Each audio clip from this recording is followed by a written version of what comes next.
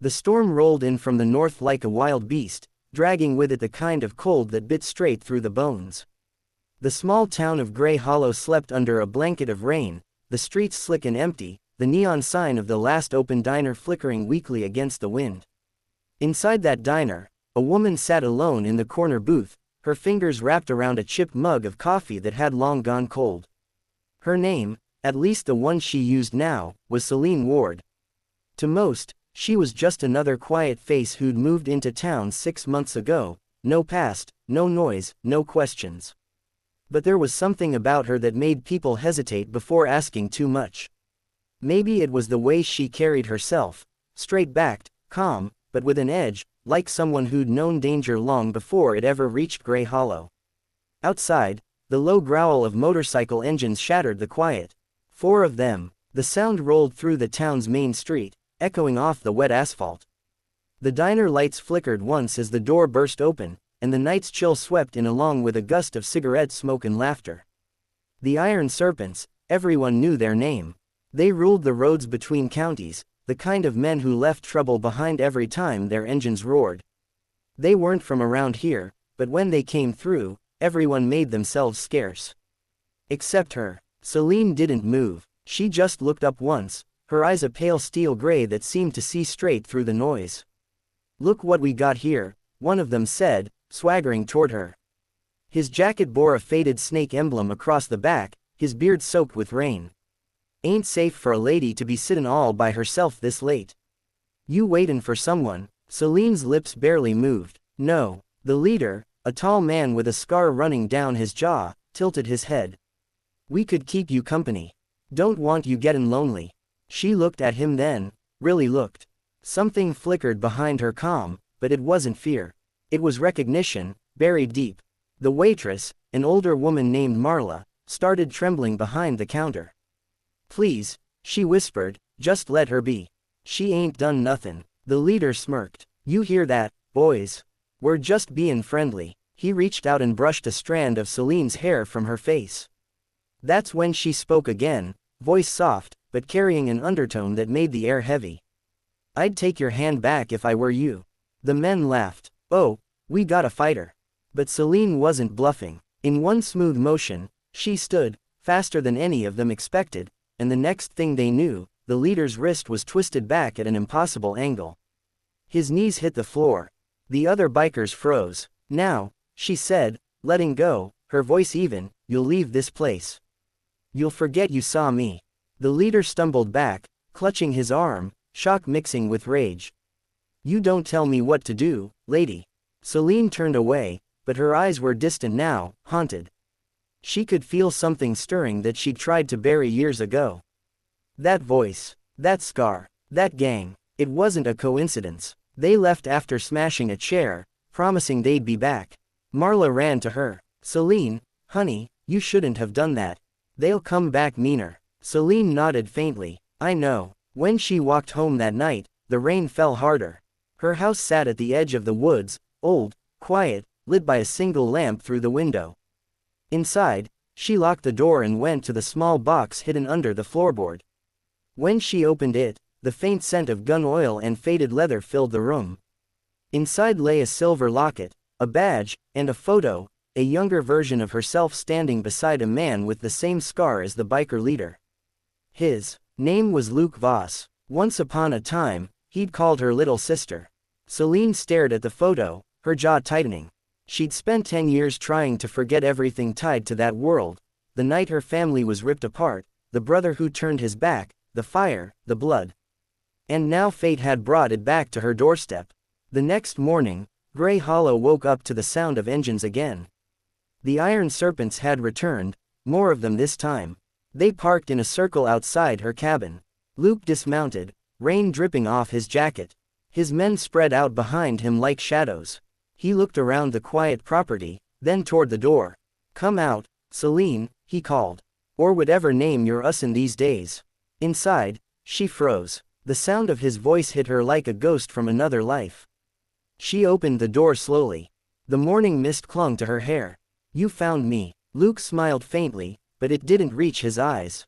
"Didn't take long once I saw you handle yourself at the diner." Only one person I ever knew could move like that. What do you want? He stepped closer, boots crunching on gravel. Answers. 10 years, Celine. You vanish after everything. After that night, you don't even come to the funeral. Her voice cracked for the first time. Because I couldn't. You made your choice, Luke. You chose them over us. His men shifted uncomfortably, sensing something deeper beneath the surface. Luke's jaw tightened. You don't know what happened. I know enough, she said softly. I know you burned every bridge we had.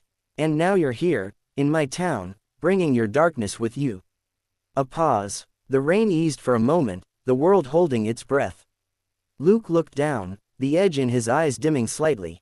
This isn't your town, sis. Trouble follows people like us. Always has. You think I don't know that? She whispered. Every night, I try to live like it's not still chasing me. He sighed, rubbing his scar. Then maybe you should have stayed gone. Because now the others, they're not gonna just let this go. You embarrassed us. They want blood. Her gaze hardened. Then let them come. But I won't run again. For the first time, Luke looked uncertain. You're not the only one with regrets, Celine. She turned away, her voice a whisper. Then prove it. That night, the woods around Grey Hollow came alive with the growl of engines. Headlights cut through the fog, forming halos of white around the cabin. Celine stood at her window, watching. Her breath was calm, her hands steady. She'd spent years learning how to disappear, now she was remembering how to stand her ground. She walked to the porch, a lantern in her hand. Rain fell in sheets, turning the earth to mud. The bikers surrounded her home like wolves closing in. Luke stood at the front, silent. You really want this? She called over the rain. You think you know who I am, but you've forgotten what I'm capable of. A man from the group shouted, she's bluffin', and lunged forward. Celine moved like lightning, sidestepped, used his own weight, sent him crashing into the mud. Her movements were clean, controlled, trained. The rest hesitated. Luke's voice broke through. Stop. The gang froze. The rain softened. Only the sound of breathing filled the air. Luke walked toward her, eyes locked on hers. I didn't come to fight you. Celine's jaw clenched. Then why bring them? He exhaled slowly. Because I needed them to see what I already knew, that you were never the weak one. Her eyes flickered with confusion. What game are you playing? He looked down, mud clinging to his boots. There's a man higher up, the one who gave the order that night. The one who made me do it. You remember the warehouse fire. Her blood ran cold. You said it was an accident. It wasn't, he said quietly. He wanted you gone. You were supposed to die that night. The world tilted around her. Memories she'd buried came flooding back. The explosion, the screams, the moment she thought her brother had betrayed her. You let me believe you killed me, she whispered. I had to, Luke said. They would have killed you if they knew I let you go. For the first time in 10 years, tears mixed with the rain on her face. Celine stood frozen under the stormlight, her heart pounding louder than the thunder that rolled across the valley. 10 years of pain, confusion, and hate twisted together inside her chest.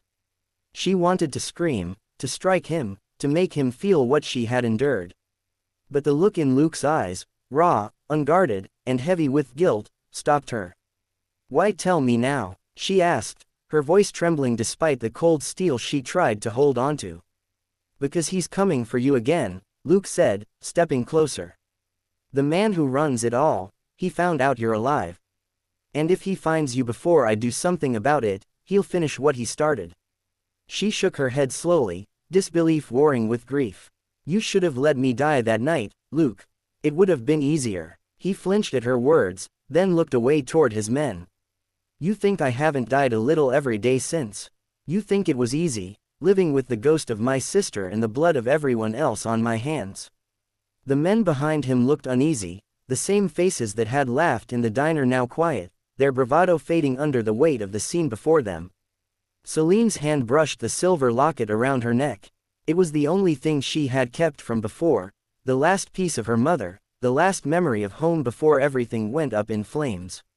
She opened it with trembling fingers, revealing 2 photos, her and Luke, both young, both smiling, before the world fell apart. I used to pray you'd come back, she whispered. Then I stopped praying. He swallowed hard. I came to make it right. Whatever it takes. A flash of headlights cut through the rain from the ridge beyond the cabin. Another set of engines. Louder. Deeper. Celine's eyes snapped toward them. He's here, isn't he? Luke nodded. Yeah, that's his convoy. Then get your men out of here, she said, her voice firm again, the tears gone. You've done enough damage. Luke stepped forward. You don't get it, Celine. I'm not leaving you again. Not this time. She met his eyes, seeing the truth in them. The old Luke was still in there somewhere, the boy who'd carried her through the woods when she was scared, who'd promised to protect her no matter what. Maybe life had broken them both, but something inside him still fought for her.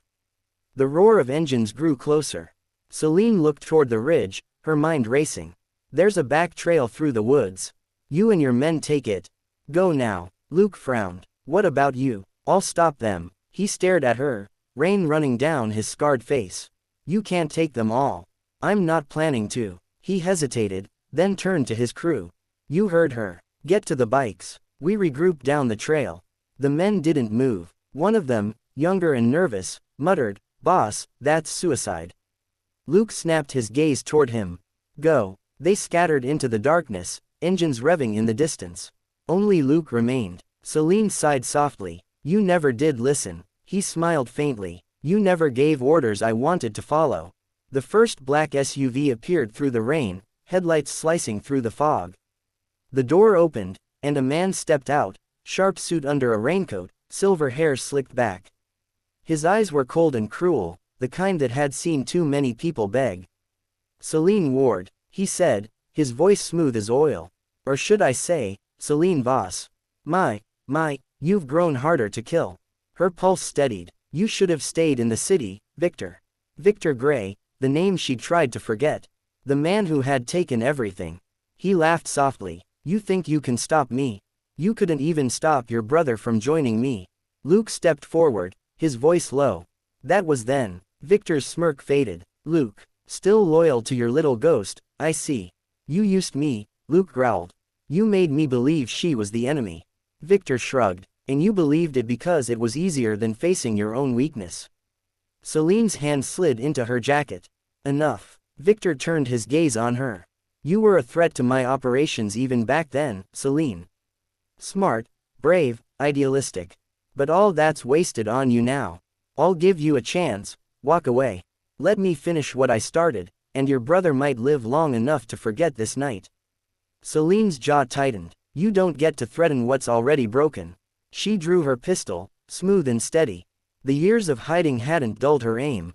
But Victor's men poured from the SUVs, armed and ready. Luke stepped beside her. Guess we're doing this the hard way. They fought like a storm unleashed.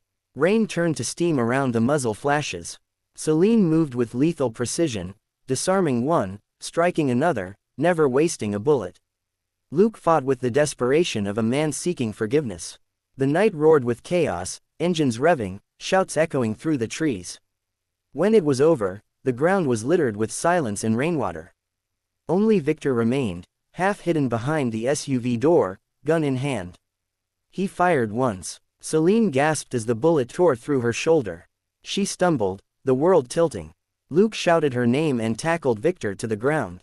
They struggled in the mud until the gun skidded away. Victor reached for a knife, but Luke was faster, his fist connected with a crack that ended the fight. The rain fell harder, washing away the blood. Celine clutched her shoulder, pain blurring her vision. Luke. He knelt beside her, pressing his hand over the wound. Stay with me. She smiled faintly. Still trying to protect me, huh? Always, he said, voice breaking.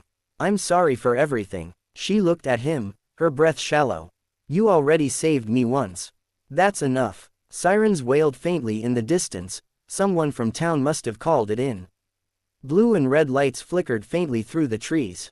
Luke looked at her, then at Victor lying motionless nearby. They're gonna lock me up for this. She shook her head weakly. You can still walk away. He smiled sadly. Not without you. Her eyes filled with tears. You don't have to run anymore, Luke.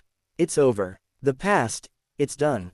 He held her tighter, the rain washing their faces clean, like the world itself was trying to forgive them. When the police arrived, they found Luke sitting in the mud, cradling his sister, refusing to let go until they forced him to. She was alive, barely. The paramedics worked fast. As they carried her into the ambulance, she caught Luke's hand and squeezed it weakly. "Don't disappear again." He nodded, his eyes red. "Not this time." Weeks later, Gray Hollow slowly healed. The town stopped whispering about the woman in the cabin and the night the bikers came. Marla from the diner visited often, bringing soup and stories. Celine's shoulder healed, leaving only a thin scar, a reminder that she had survived, again. She spent her days tending the garden behind her cabin, and sometimes, when the wind carried the sound of distant engines, she didn't flinch anymore. One evening, as the sun dipped behind the pines, a single motorcycle rolled up the dirt path. She didn't need to look up to know who it was. Luke parked the bike and stood there awkwardly, like a boy again. "Brought something," he said, pulling a worn leather jacket from his pack. It was hers, the one she'd left behind years ago, with the old insignia patched over the heart. She smiled softly. "You kept it." Couldn't throw away what was left of family. They stood there in silence, the air filled with the scent of pine and earth after rain. "Victor's gone," Luke said finally. "His people scattered. No one's coming after you again." "I know," she said. "But it's not about them anymore, is it?" He shook his head. "No, it's about us. Starting over, if you'll let me." Celine looked out toward the horizon, where the sky was turning gold. "You think we can?" He smiled faintly. "We already are." She turned to him, tears glinting like light on water. "Then stay a while." He took a deep breath, nodded, and walked up beside her. For the first time in a decade, there was peace, fragile but real. The world had tried to break them, to turn them into ghosts of their own pain. But somehow, through fire, betrayal, and blood, they had found their way back to what mattered, not revenge, not survival, but redemption. That night, as the crickets sang and the moon rose over Gray Hollow, two siblings sat on the porch of a small cabin, sharing quiet laughter and the kind of silence that only forgiveness can bring. And somewhere down the empty road, the echo of a motorcycle faded into the distance, not as a warning, but as a promise.